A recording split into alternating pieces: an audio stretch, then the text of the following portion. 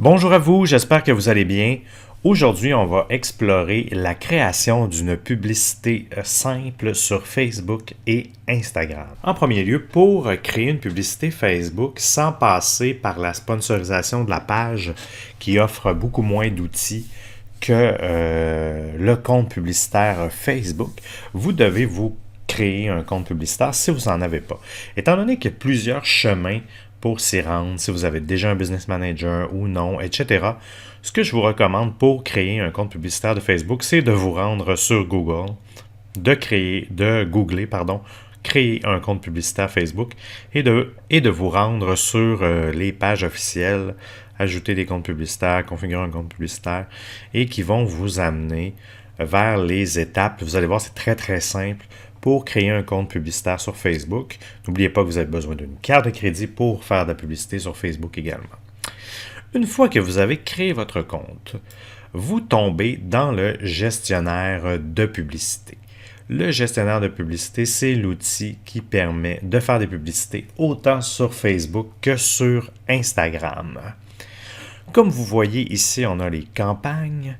Une campagne contient un ensemble de publicités et des ensembles de publicités contiennent des publicités.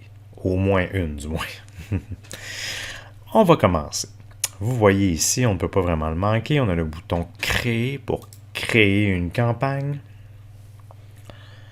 Il y a plusieurs types d'objectifs de campagne dans le cadre du cours d'aujourd'hui. On va seulement voir le trafic, mais sachez que peu importe le choix de l'objectif, les étapes principales sont les mêmes. C'est seulement quelques petites différences au niveau, évidemment, de la création de la publicité. Là, si c'est pour des installations d'applications mobiles ou de vidéos ou de messages, ce n'est pas le même format. Nous, aujourd'hui, on va se concentrer sur le trafic. Donc, le trafic vers le site web, donc de la publicité qui permet d'amener des gens vers votre site web, votre boutique en ligne, etc. Simplement pour vous dire que si vous voulez sponsoriser des publications qui sont déjà existantes sur votre page, vous avez l'option ici « Interaction ». Interaction ou engagement en anglais. Et ça va vous permettre de mettre de l'avant ou sponsoriser des publications déjà existantes sur votre page. Dans notre cas, on va créer une nouvelle campagne pour amener du trafic. On va lui donner un nom. On va l'appeler Zoom Trafic. Très original. Voilà. Par la suite, vous créez votre ensemble de publicités. L'ensemble de publicités, en fait, c'est l'audience, l'auditoire que vous allez cibler. C'est vos placements, donc à quel endroit sur le réseau Facebook que vous allez placer votre publicité, parce que vous allez voir, il y a plusieurs endroits où on peut le mettre. Le calendrier de notre campagne, de nos publicités, et évidemment les dépenses. Donc, on va créer un nouvel ensemble de publicités qu'on va appeler Zoom Ensemble Pub. Tout aussi original que l'autre. Et on va tout de suite nommer notre première publicité. Dans ce cas-ci, de toute façon, on va avoir juste une publicité qui va s'appeler Zoom Pub 1. Et on fait continuer. Ici, on tombe dans l'interface pour créer les publicités. On voit, on a le nom de notre campagne. Ici, on a catégorie publicitaire spéciale. Ça, un peu comme ça le dit, c'est vraiment si vous faites de la publicité pour le crédit, l'emploi, le logement ou les enjeux sociaux, politiques, etc. Vous devez, vous devez le déclarer, sinon vous pouvez fermer votre compte publicitaire. Pour tout ce qui est politique, vous devez même vous faire authentifier au niveau de Facebook de votre identité par un processus d'envoi de passeport ou de carte d'identité, etc. Et si vous faites de la publicité pour du crédit ou de l'emploi ou du logement ou qu'il y a des enjeux sociaux, vous allez avoir des critères de moins pour cibler votre auditoire. Tout ce qui peut être discriminatoire, comme l'âge, la race, etc., la nationalité et tout ça. Il y a moins de critères pour éviter la discrimination lorsque ça touche ces domaines-là. Au niveau des détails de la campagne, on fonctionne toujours par enchère pour payer. L'objectif, c'est le trafic. dans les options, on peut, sachez que vous pouvez mettre un plafond de dépenses de la campagne, mais vous pouvez aussi le gérer de d'autres façons, mais sachez que vous pouvez vous assurer aussi de ne pas dépasser un certain montant. Si vous avez plusieurs ensembles de publicités, vous pouvez le configurer ici.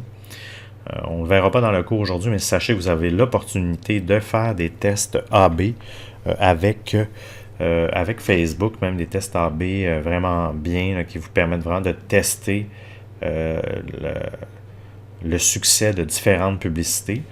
Je vous invite à parcourir la documentation. Une fois que vous serez quand même assez à l'aise avec l'outil de gestionnaire de publicité, vous pouvez vous lancer dans les tests AB, mais je ne vous conseille pas de le faire tant que vous n'êtes pas à l'aise avec l'outil.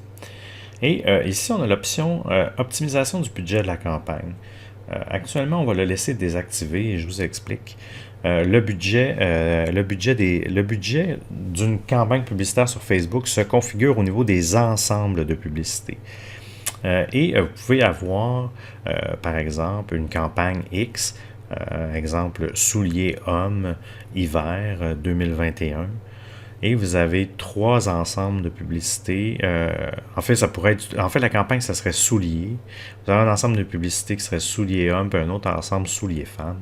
Si vous avez un budget global, par exemple, de 1000 $, puis vous vous souciez pas, peu importe où il se dépense, entre les deux ensembles de publicités, vous pourriez optimiser votre budget. Donc, Facebook va dépenser où il y a le plus de demandes. Par contre, si vous voulez dépenser des budgets fixes, autant pour une campagne de souliers d'hommes que de souliers de femmes, par exemple 500 $, 500 $, n'utilisez pas ce bouton-là pour s'assurer vraiment qu'il conserve les budgets préétablis, même s'ils ne se dépensent pas au complet. On fait suivant.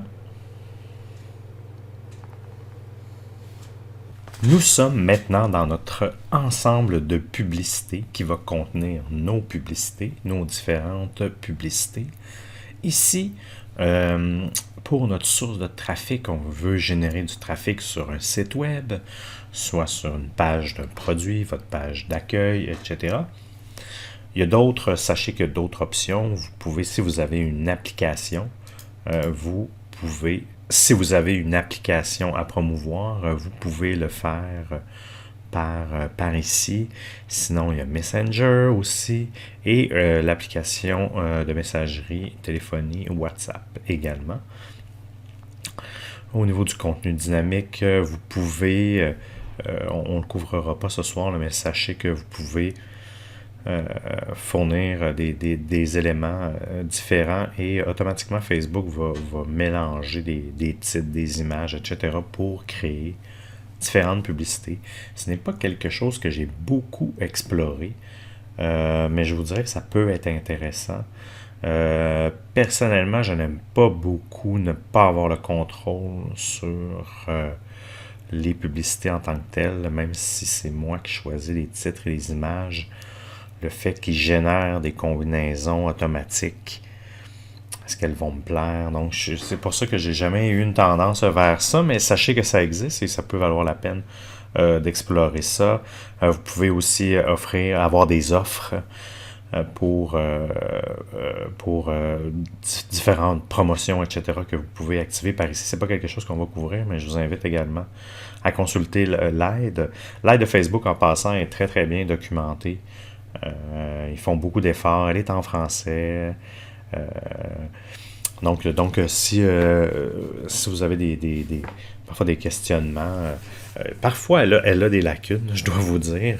Mais grosso modo, on a quand même une bonne idée de la documentation et d'utiliser aussi les petites fenêtres ici comme ça qui apparaissent pour avoir le détail des fonctionnalités. Il y en a à peu près sur pratiquement toutes les différentes configurations possibles. On va configurer le budget et le calendrier. On a 2 options pour le budget. On a un budget quotidien, donc le plafond quotidien que l'on veut dépenser durant notre campagne, ou un budget global. Moi, généralement, j'utilise toujours le budget global ça facilite un peu aussi ça facilite la gestion. Des fois, il faut diviser par des montants X et il peut dépasser d'une journée à l'autre. Lorsqu'on donne un budget global à Facebook, il ne dépasse pas d'une scène le montant. Même si c'est pour quelques jours, c'est préférable. Même si vous avez 60$ pour 3 jours, c'est mieux de mettre 60$ que 20$ par jour. Mais bon, sachez que vous avez les deux options. Disons qu'on met un budget global de 350. C'est ce qu'il met par défaut, mais sachez que vous pouvez le modifier. Et si vous le mettez trop bas selon l'audience, il va vous le dire aussi également. Selon l'audience et les dates de campagne, là, il y a quand même un minimum d'investissement à mettre sur Facebook pour faire rouler une campagne là, en bas de 5 à 10$ par jour. Je crois que ça peut être plus difficile, mais comme je vous dis, vous pouvez tester, il va vous le dire. Vous mettez la date de début et la date de fin. Vous pouvez saisir l'heure, vérifiez bien le fuseau horaire. Ici, quand on travaille, il nous dit toujours ça, là, je vous le dis d'emblée, là, la date de début est dans le passé, réinitialisée. Même si vous ne le faites pas, il va l'ajuster, il n'y a pas de problème. Mais ce qu'il va faire, c'est qu'il fait juste changer l'heure, par exemple, du moment qu'on est de la journée. Au niveau des options, donc, votre calendrier, je vais reculer un petit peu. Au niveau du calendrier, vous sélectionnez, par exemple, votre date de début, ou vous l'arrêtez le 31 mars, par exemple. Vous pouvez diffuser les publicités en continu, mais sachez que vous pouvez les diffuser selon un calendrier. Et ça, je vous recommande fortement de l'utiliser, tout dépendant de votre domaine d'affaires, évidemment. Mais c'est important de tenter de garder les publicités à des moments opportuns pour votre entreprise.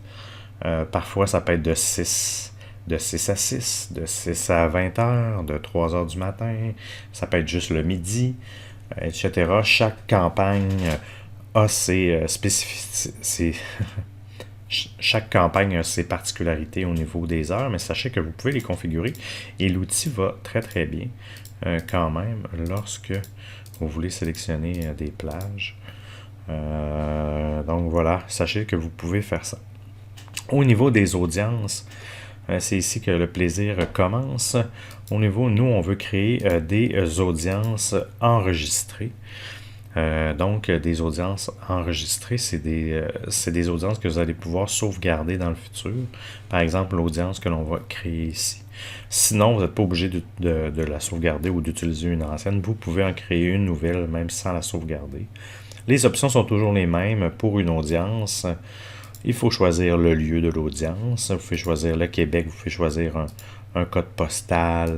Vous avez plusieurs options, des villes, des adresses spécifiques. Et par la suite, vous pouvez choisir des rayons. Si par exemple, on choisit Montréal, la ville de Montréal. Par défaut, il nous met un rayon de 40 km. Sachez que vous pouvez le diminuer jusqu'à un rayon de 17 km. Ou également, vous pouvez que choisir la ville uniquement, sans un rayon. Mais très souvent, on utilise les rayons pour couvrir un plus grand territoire, mais sachez que les deux options sont à vous. Vous pouvez aussi exclure des territoires si, par exemple, vous faites des campagnes au Canada anglais et vous n'avez pas le même budget que pour votre budget québécois, ou vous ne voulez pas mélanger les deux. Vous pouvez faire une campagne canadienne et vous excluez le Québec et toute votre campagne elle est anglaise par exemple, sans qu'il y ait de l'affichage en anglais au Québec. Donc c'est des petits trucs là que vous pouvez faire. Vous pouvez les exclure aussi des endroits, même ça peut être des villes, des codes postaux, etc. Donc il y a beaucoup de latitude par rapport à la géolocalisation. Soyez malin. Il y a plusieurs tactiques qui peuvent être intéressantes. On peut aller très très près de certains commerces, des choses comme ça pour faire de l'affichage. Donc il y a vraiment toutes sortes de stratégies possibles à mettre en place, avec les heures également, comme je vous disais. Donc tout dépendant de votre audience. Ici on a l'âge, évidemment on peut choisir, on ne peut pas aller en bas de 13 ans et le 65 ans et plus. Au niveau des sexes, hommes-femmes, n'hésitez pas à faire de la ségrégation ou de la segmentation.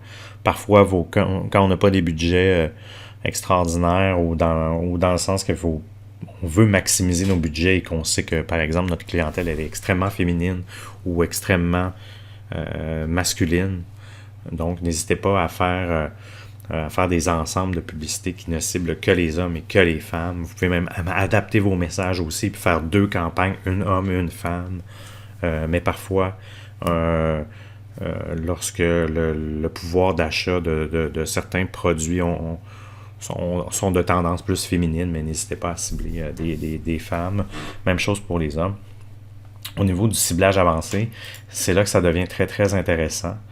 Et je vais vous inviter à faire l'exercice pour explorer l'ensemble des critères possibles. Vous voyez par exemple au niveau de la démographie, vous pouvez cibler des gens avec des niveaux d'études au niveau du secondaire, professionnel, doctorat, maîtrise, les champs d'études, les écoles, les années qui sont au baccalauréat. Vous pouvez cibler les finances des gens. Ça, par contre, c'est seulement aux États-Unis que c'est disponible au niveau des revenus. Mais si vous faites des campagnes américaines, sachez que vous pouvez cibler les gens par revenus également. Les événements marquants. Il y a vraiment des amis de jeunes mariés. Il y a toutes sortes de stratégies. Des gens qui ont déménagé. Tout dépendant de vos produits et services. Il y a vraiment toutes sortes de stratégies pour les anniversaires, les jeunes mariés, les parents, le nombre de campagnes que je fais qui ciblent les parents. On peut vraiment segmenter selon certains âges de parents, des gens qui ont un nouvel emploi, comme je vous disais, au niveau professionnel également, les secteurs, les postes, les relations amoureuses également. Vous pouvez cibler des célibataires, des gens mariés, des gens séparés. Il y a toutes sortes de services, il y a toutes sortes. Pensez aussi dans votre ciblage, dans la création de votre audience, le message que vous allez associer à ça. Et soyez malin également là, si vous pouvez modifier votre message selon des audiences différentes qui pourraient faire en sorte que ça va convertir plus qu'un message plus générique qui s'adresse un peu à tout le monde. Sachez que vous pouvez justement créer des audiences plus précises, plus nichées, avec un message très très précis pour ce groupe de personnes-là. C'est pas nécessairement la quantité qui est importante, mais c'est la qualité de l'audience. Donc sachez que Facebook vous permet de faire cela. Donc soyez malin pour vos choix d'audience. Il y a au niveau des intérêts, il y en a énormément. Utilisez le moteur de recherche. Parfois, les termes anglais-français, là, je dois vous avouer, qui se mélangent, là, n'hésitez pas à basculer d'une langue à l'autre. Mais sachez que peu importe la langue que vous mettez, si votre publicité est dans l'autre langue ou des choses comme ça, Facebook fait la traduction automatiquement. Là. Fait que il n'y a pas de souci. L'important, c'est le mot, le choix du mot. Tant qu'il est rentré dans la base de données, il va être supporté de la même manière, peu importe la langue. Donc, vous pouvez vraiment créer toutes sortes de choses. Aussi, petite astuce, lorsque vous vendez en ligne, il y a 2 catégories que je vous recommande d'utiliser dans les comportements d'achat. Et dans les comportements d'achat, il y a acheteurs actifs. Et des acheteurs actifs, c'est des gens qui achètent quand même assez régulièrement. Et il y a aussi achats impulsifs. Donc Facebook est capable de savoir beaucoup de choses sur nous. Et du moins, les acheteurs actifs, ça vous permet de segmenter quand même, de vous afficher devant une clientèle qui a beaucoup plus de chances d'acheter en ligne.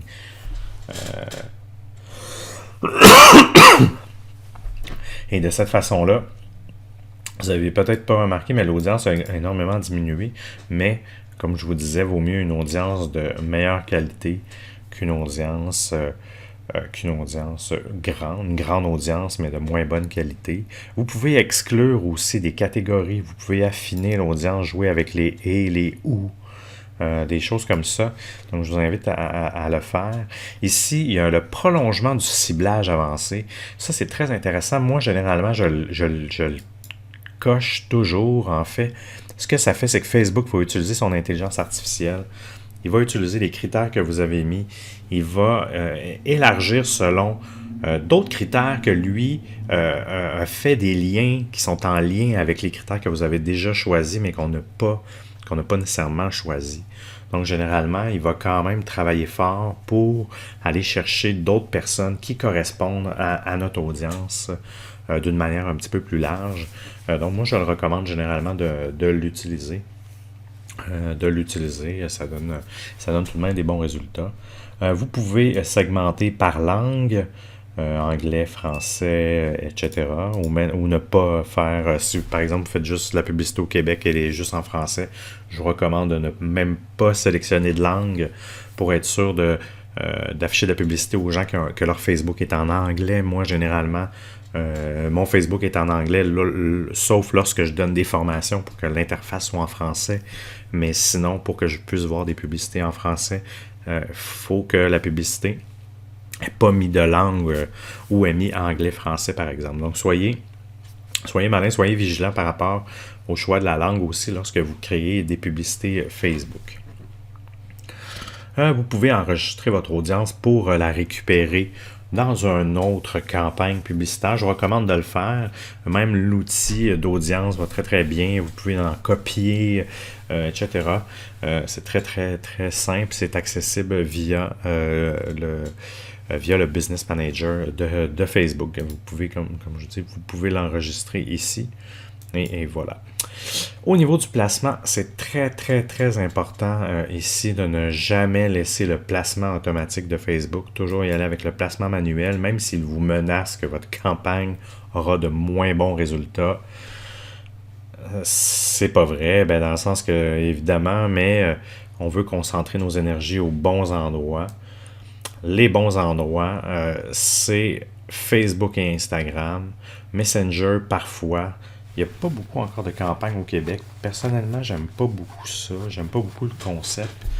Et le réseau d'audience, c'est pas mauvais non plus. Sachez que Facebook, eux aussi, distribuent leur publicité dans des réseaux, des sites web et des applications vont utiliser ces pools de publicité-là aussi dans leur réseau pour afficher de la publicité. Et Facebook, quand même, tente de la cibler également. C'est une bonne option, sauf... moi, généralement, je l'enlève si vous voulez vraiment concentrer votre publicité sur Facebook, Instagram. Si vous avez un énorme budget et que vous voulez travailler en notoriété, le réseau d'audience est pour vous. Mais si vous voulez travailler plus en achat de produits, des choses comme ça, si vous n'avez pas des énormes budgets non plus, focussez sur Facebook et ou Instagram et enlevez le réseau d'audience et Messenger. Facebook et Instagram, vous pouvez faire des campagnes seulement Facebook, des campagnes seulement Instagram. C'est ce que je vous recommande parce que sinon Facebook a tendance à gruger beaucoup de budget et en laisse moins pour Instagram. Donc, si vous voulez répartir vos efforts d'une manière plus précise, exemple 60%, 40%, ça c'est à vous de le déterminer. Le truc pour déterminer la part de budget, réfléchissez à l'âge approximatif de votre audience à vous. Facebook est un petit peu plus vieux, Instagram est un petit peu plus jeune, mais ça dépend. Des fois, les deux ça peut être sur les deux. Donc, pour l'exemple, on va les laisser sur les deux, mais sachez que le format est le même que la publicité pour une publicité Facebook ou Instagram pour une publication statique. Je vais vous montrer aussi pour les stories. Pour les placements, faut encore faire un peu de ménage dans ce que Facebook nous propose. Le fil d'actualité, ça, c'est toujours là, c'est le newsfeed, c'est là qu'on veut. Dans les stories, ça dépend. Moi, ce que je vous recommande, si vous voulez faire des publicités dans les stories, vous pouvez en faire, mais faites des ensembles de publicités qui ne sont que dans les stories parce que vous devez avoir un format à la verticale qui est ici et qui est préférable pour avoir un meilleur rendu dans les stories des gens. Vous pouvez aussi, ça cible aussi les stories Facebook autant que Instagram. Vous pouvez utiliser le même matériel pour les deux. Pour tout le reste, là, les intégrer, ça s'intègre dans les vidéos, le moteur de recherche, à moins que ça soit pertinent pour vous, dans les articles de certaines pages qui offrent du contenu, dans les applications. Moi, je décoche tout ça. C'est le fil d'actualité qui est le meilleur endroit pour faire la publicité sur Facebook et les stories. Honnêtement, les stories, très efficaces. Les gens passent beaucoup de temps à visionner les stories. Les gens sont très attentifs parce qu'ils sont entre deux stories. Donc, c'est court, C'est un très très bon médium, honnêtement. Même, je vous dirais, encore plus puissant que le newsfeed actuellement, d'une certaine façon. Ça vous donne un accès à un genre de swipe-up aussi, si vous ne l'avez pas. Parce que les gens vont pouvoir, votre publicité va pouvoir avoir un appel à l'action. Donc, par la suite, ici, bon, tous les appareils, sachez que vous pouvez faire la publicité seulement sur les Android, les iOS. C'est extrêmement pratique ça lorsqu'on fait des campagnes pour des téléchargements d'applications pour envoyer les gens directement sur les magasins d'applications de iOS ou Android. Donc, en faisant des campagnes publicitaires séparées, ça permet, parce que c'est pas les mêmes adresses, et de les envoyer sur un site web, puis qu'après, la personne elle doit cliquer, ça fait un clic de trop. Donc, par exemple, ça peut être ça, mais généralement, on le laisse sur tous les appareils mobiles. Ici, on ne s'occupe pas vraiment de ça pour le moment. Vous pouvez filtrer du contenu, des choses comme ça, là, si vous avez à gérer, qui sont pas. Si vous avez un type de publicité qui peut pas être à côté de certaines choses. C'est toutes des options pour protéger votre marque. Ça, je vous invite à explorer ça par vous-même. Vous allez voir, c'est pas très très compliqué, puis ça varie vraiment du contexte, mais sachez que vous pouvez ne pas être affiché à côté de certains types de contenus. Facebook, il modère quand même assez son contenu, mais c'est vrai qu'il y a toutes sortes de choses qui se promènent aussi sur Facebook. Donc, il faut être vigilant. Au niveau de l'optimisation de la diffusion, bon, on a l'optimisation pour la diffusion, c'est des clics sur un lien quand on veut du trafic. Au niveau du contrôle des coûts, vous pouvez mettre un plafond. Moi, généralement, je n'en mets pas. Sur Facebook, c'est très, très rare qu'on a des grandes surprises. Là. Ça varie entre 50 sous et 2 dollars, 2-3 dollars. Là. Ça peut arriver plus, là, mais généralement, ça tourne autour de ça. Si vous voyez, moi, généralement, ce que je vous recommande, c'est de le laisser sans plafond au départ. Observez comment ça se comporte quelques jours. Et selon la dépense du budget, ben, si ça ne vous convient pas, vous pouvez mettre un plafond. Mais quand vous mettez un plafond, vous minimisez vos chances de vous afficher au meilleur moment, étant donné que c'est tout un système d'enchères aussi également. Mais c'est à votre discrétion. Le déclencheur de facturation, c'est à l'impression sur Facebook. Même si c'est des clics qu'on amène, il y a une sorte de facturation, mais le ratio est très très bon. Vous n'avez pas à vous soucier de ça. Ça revient au même que vous mettiez un ou l'autre. Ensuite, vous faites suivant. Nous sommes rendus à la dernière étape, soit la publicité. Sachez que vous pouvez faire plusieurs publicités sur le même ensemble de publicités qui contient votre audience. Donc, si vous voulez tester différentes variantes de votre publicité, donc vous pouvez les créer. Et il y a un petit truc ici. Vous pouvez les dupliquer rapidement. Ça va créer toute la même structure que votre autre publicité. Vous avez juste à changer votre visuel ou votre texte, des choses comme ça. Donc, ça va plus rapidement que de recréer à partir de zéro. Donc, une fois que vous en avez créé une, vous pouvez les dupliquer. Ça va plus vite. Ben, vous voyez ce que ça fait, puis vous pouvez la renommer par la suite. Je retourne à la publicité. Vous choisissez votre page Facebook. Si vous êtes sur Instagram, vous choisissez le compte Instagram. Sachez que vous pouvez faire des publicités quand même sur Instagram, même si vous n'avez pas de compte Instagram. Évidemment, c'est pas l'idéal. C'est préférable de se créer un compte Instagram, mais sachez que vous pouvez le faire. C'est pas une obligation. Ici, ça c'est pour du contenu de marque commerciale. Là, ça varie selon le contexte. Là, je vous laisse explorer si c'est dans votre créneau. Ici, on va faire un test avec une image ou une vidéo. Sachez que vous pouvez faire des vidéos aussi, jusqu'à 1 à 2 minutes. Vous pouvez faire des carousels aussi, ça c'est très intéressant. Au moins 2 images, vous pouvez aller jusqu'à 5 images. Et chaque image a sa page d'atterrissage. Donc, si vous avez plusieurs produits que vous voulez présenter, c'est l'idéal de faire un carrousel. Le format est un peu différent, c'est 1080 par 1080. C'est un format carré, comparativement à un format plus rectangulaire pour une publicité standard. Ici, des expériences mobiles plein écran, c'est pas quelque chose qu'on va explorer.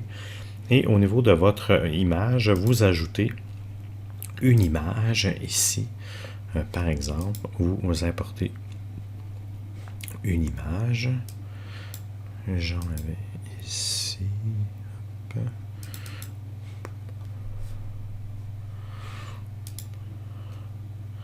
Vous voyez, c'est publicité. Vous pouvez mettre le visuel que vous voulez. Là. Moi, c'était juste pour mon exemple. Publicité Facebook ou Instagram avec la dimension. Par la suite, vous pouvez mettre un texte principal. Voici mon texte principal. Vous voyez toujours ici un extrait, un aperçu en fait de la publicité. Il y en a qui sont allergiques lorsqu'on voit voir plus, vous savez, quand il y a beaucoup de texte. Sachez que c'est à votre discrétion, mais vous pouvez vous ajuster en temps réel. Vous pouvez mettre un titre ici. Donc, vous pouvez mettre le titre facultatif. Mais c'est préférable de le mettre. Une petite description aussi qui est sous, mais ça c'est facultatif, là, c'est comme vous voulez, mais vous pouvez le faire, vous pouvez en profiter pour ajouter une description supplémentaire, donc un appel à l'action ou quelque chose comme ça. Ici, c'est un site web. Sachez que vous pouvez promouvoir un événement Facebook également et des appels téléphoniques. Vous mettez la page, donc disons zoomacademy.com. Et automatiquement, il va aller chercher un aperçu de la page. Ici, vous pouvez ajouter une langue. Hein. Sachez que si votre audience elle est bilingue ou autre langue, vous pouvez ajouter une variante directement par ici sans créer de doublon. Moi, ça va très très bien, surtout au Québec. Là, parfois, on peut faire des publicités dans les deux langues. Donc, vous pouvez le faire par ici également, mais vous pouvez les séparer et cibler chacune des langues, c'est à votre discrétion. Pour les suivis, sachez que vous pouvez faire des suivis avec le pixel de Facebook. Si on veut faire du remarketing ou des choses comme ça, c'est avec le pixel de Facebook qu'on peut le faire. C'est une étape un petit peu plus avancée de la publicité, mais sachez que ça existe, c'est le pixel de Facebook. Donc, ça termine la création d'une publicité autant sur Facebook que sur Instagram. Si vous voulez faire une stories, en fait, je vais vous le montrer directement par ici. Vous avez simplement qu'à choisir, ici, si on revient en arrière, pardon, ici. Ah oui, ici, voilà. Ici, par exemple, on voudrait juste faire des stories. Oups, ici. Vous voyez, il me montre un aperçu, mais moi, je voudrais créer une stories qui a le bon format. Donc, je vais enlever, je vais ajouter mon image qui est une stories qui est 1080 par 1920, donc une verticale 916. Donc, vous voyez, et le format est plus adapté et vous avez le bouton d'appel à l'action ici qui apparaît, en savoir plus ou etc. Et vous pouvez mettre du texte également au besoin. Mais il n'apparaît pas vraiment dans les stories. En fait, dans les stories, le texte est plus ou moins utile que dans une publicité régulière, il n'apparaît pas. Ensuite, vous faites publier. Et voilà, votre publicité est soumise à Facebook. Généralement, le délai d'approbation, vous voyez, ça fait ça. Le délai d'approbation prend environ 12 heures maximum. Parfois, c'est en quelques heures. Parfois, c'est très rapide. Certaines journées, c'est très, très lent. Donc, mais vous allez le savoir assez rapidement lorsque vos publicités vont être approuvées. Là, c'est quand même tout de même assez rapide. Si vous avez des questions, n'hésitez pas à vous rendre dans notre groupe Facebook et poser votre question. Je vous remercie de m'avoir écouté et je vous souhaite une bonne fin de journée.